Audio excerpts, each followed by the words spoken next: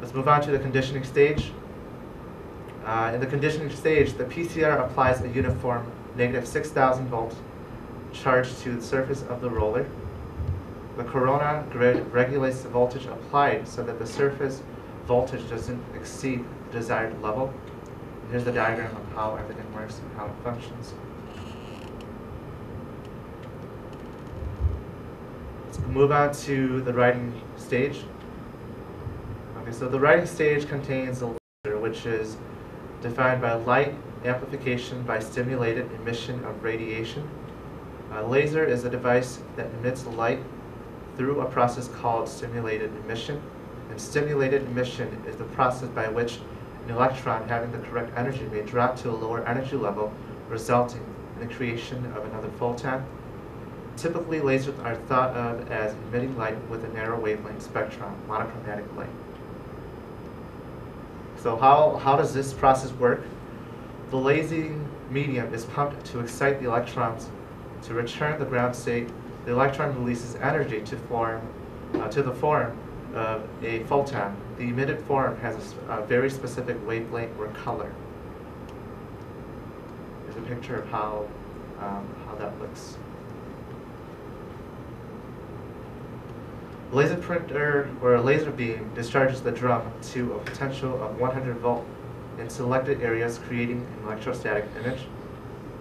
And the printer uses the laser assembly to write the image onto the photosensitive set of drums.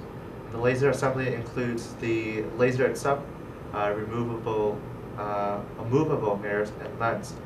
The laser receives the page data as small dots in one horizontal line at a time.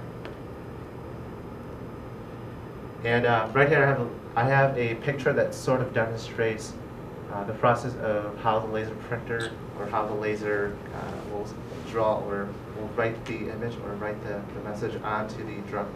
So the laser beam then moves across the drum, emitting light for every dot to be printed.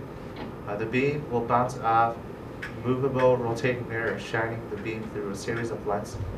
So as you guys can see, there's the direct laser printing, or it points to the movable rotating mirrors, and then the mirror then sends it to certain areas of the drums that are that has an image on it, and that will give it an electrical charge.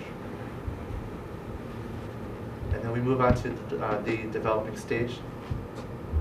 In the developing stage, the electrostatic image becomes a visible image. Electrostatics involves a buildup of charge on the surface of objects due to contact with other surfaces. These charges are transferred between surfaces that remain on the object until they either bleed off to the ground or are quickly neutralized by a discharge. Developing stage consists of 4 components. They have a development roller, toner, brush height control blade, AC/DC electricity. The development roller is a metallic rotating cylinder with a magnet that runs the entire length of the roller. The toner is a powdery substance made of black plastic resin bound to iron particles. The iron in the toner is attracted to the magnet of the development roller. And then the brush height control blade limits the amount of toner extracted from the toner cavity. The toner particles obtain a negative charge when they contact the drum surface, which is connected to a DC supply. The electrostatic charge of the toner is attracted to the areas of the drum that were exposed to laser light and repelled by those not previously exposed. AC potential assists the toner to overcome the attraction of the magnet, which improves contrast. And then here's a caution about toner particles. So the reason why we use the black and smaller vacuums and the specialized vacuums is because the electrostatic properties of toner, they have static discharge, and these particles can ignite dust within a conventional vacuum, which can cause a fire or explosion, and this could be dangerous, fun but dangerous. Okay, we have transferring process, and the transferring process is the 6th stage of the image formation process. In this stage, the toner image on the drum is transferred to paper. The PCR deposits positive charges on the back of the paper as it rolls between the drum and the PCR. The negatively charged toner particles are attracted to the positive charge paper and peel off the drums onto the roller. A static charge eliminator weakens this attraction, preventing the paper from wrapping around the drums. Until the following stage, toner is only held to the paper by gravity and electrostatic forces.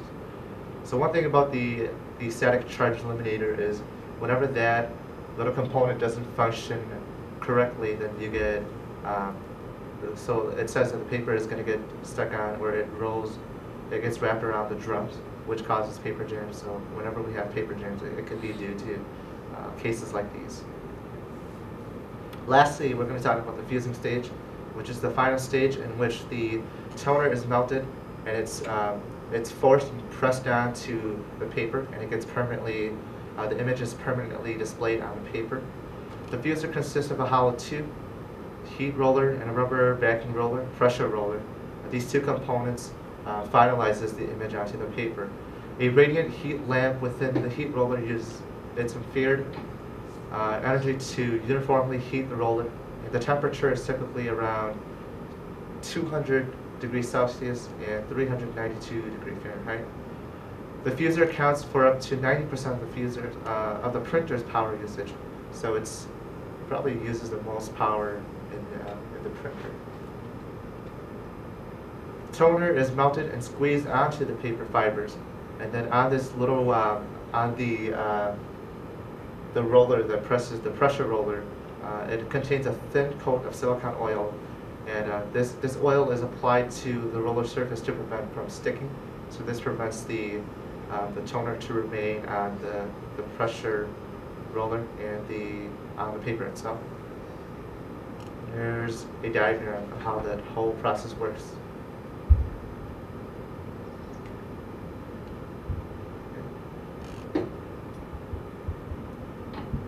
Any questions so far? No.